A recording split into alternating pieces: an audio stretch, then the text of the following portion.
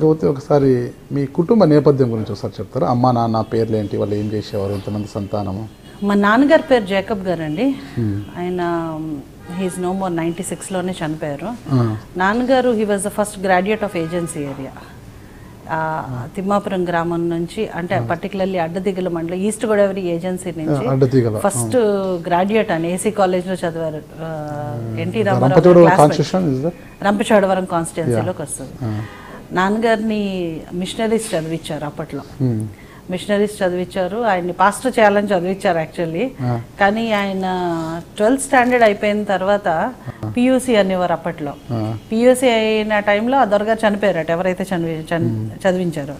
ఆ తర్వాత నేను BA చేసి BTH చేస్తా అని చెప్పారట. సరే BA చదివించిన తర్వాత ఆయనకి రెవెన్యూ డిపార్ట్మెంట్లో జాబ్ వచ్చింది, తహసీల్దార్గా జాయిన్ అయిపోయారు. జాయిన్ అయిపోయి తర్వాత RDO అయ్యారు, డిప్యూటీ కలెక్టర్ అయ్యారు, రిటైర్ అయిపోయారు. ఆ తర్వాత నేను 7 years 8 years లిజీ జేకబ్ అండి మదర్ పేరు. మదర్ కూడా టీచర్ చేశారు. ఇప్పుడు she also no more. Teacher చేశారు. టీచర్ చేసి ఆవిడ కూడా చాలా స్ట్రిక్ట్ అండి నాకు ఇంట్లో. ఆవిడ చేసిన సర్వీస్లో ఆవిడ హెడ్ మిస్ట్రెస్గా కూడా చేశారు మున్సిపల్ స్కూల్ రాజమండ్రి. ఏ రోజు ఆవిడకి లేట్ పర్మిషన్ కూడా పెట్టలేదట, లేట్ మార్క్ అన్నది కూడా లేదట.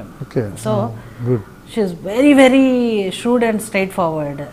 సో మదర్ కూడా మాకు బాగా డిసిప్లిన్లో, అంటే బాగా డిసిప్లిన్ అంటే సరదాగా సినిమాలు షికర్. నేను పెళ్ళయ్యే వరకు అసలు సినిమా చూడలేదు.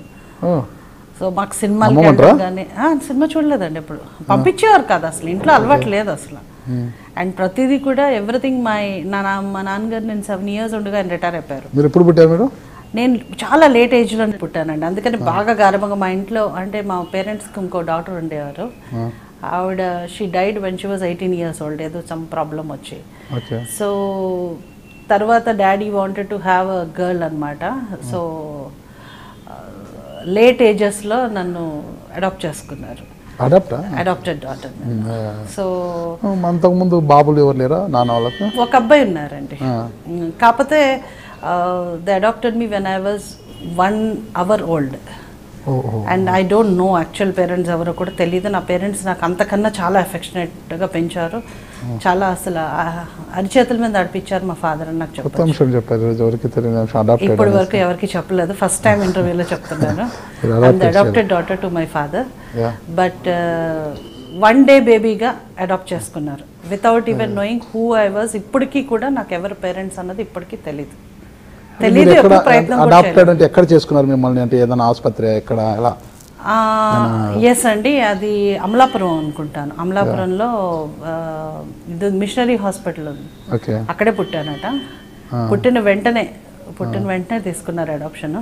But absolutely there is no record that is available. Try చేశాను ఏమన్నా దొరుకుతుందేమో ఎవరు ఏంటని.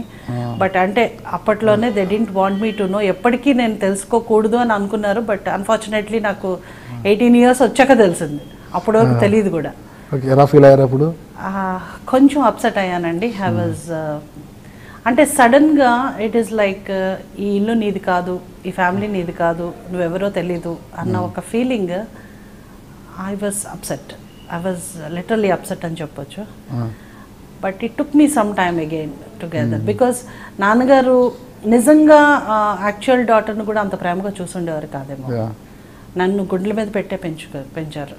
అంత ప్రేమగా చూసినా కూడా ఒక్కసారిగా కుటుంబ సభ్యురాలు కాదు, సడన్ గా వారసత్వం లేదు అనే ఒక్కసారిగా మనసు కొంచెం బాధ అనిపించింది. అంటే ఇట్ ఈస్ నాట్ ఈజీ అండి. 18 ఏళ్ళు నువ్వు పెరిగిన ఇల్లు నీది కాదు అని తెలుసుకోవడం నాట్ ఈజీ. సో ఉంటది. బట్ వారికి ఏ కష్టం వచ్చిందో మీ పేరెంట్స్ కి ఆ 1 day లోనే మీరు అడాప్ట్ ఇవ్వడానికి? ఏం కష్టం వచ్చింది? నో పాయింట్ అండి థింకింగ్ అబౌట్ ఇట్. దాని గురించి ఆలోచించి మనం బాధపడ్డం అన్నది నో పాయింట్. నేను ఒకటే అనుకున్నాను, ఏది ఏమైనా God has blessed me with good parents, let me be happy with it. అంతేగాని ఇంకా దాని గురించి అంటే నేను ఒక్క రోజులోనే వదులుకున్న, 1 గంటలోనే వదులుకున్న పేరెంట్స్ గురించి ఆలోచించి ముందు పాటు చేసుకోవడం కరెక్ట్ కాదండి. నేను మిమ్మల్ని ఎంతో గారాబంగా పెంచిన పేరెంట్స్ గురించి ఆలోచించడం కదా వాళ్ళ అండ్ ఆ లక్ష్యాలకు కుటుంబంలో అనుగుణంగా కూడా మా బ్రదర్ అయితేనే, మా ఫాదర్ అయితేనే, మా మదర్ అయితేనే they took lot of care అండి. నన్ను చాలా బాగా చూసుకున్నారు. బట్ నేను లవ్ మ్యారేజ్ చేసుకుని ఫ్యామిలీ నుంచి దూరం అయ్యాను, but still they took lot of care.